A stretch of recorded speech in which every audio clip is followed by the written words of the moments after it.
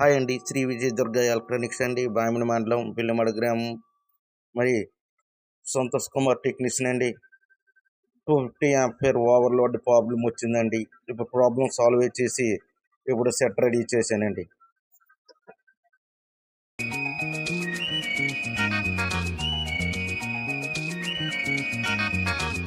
కంటి మీద కాటు కల్లే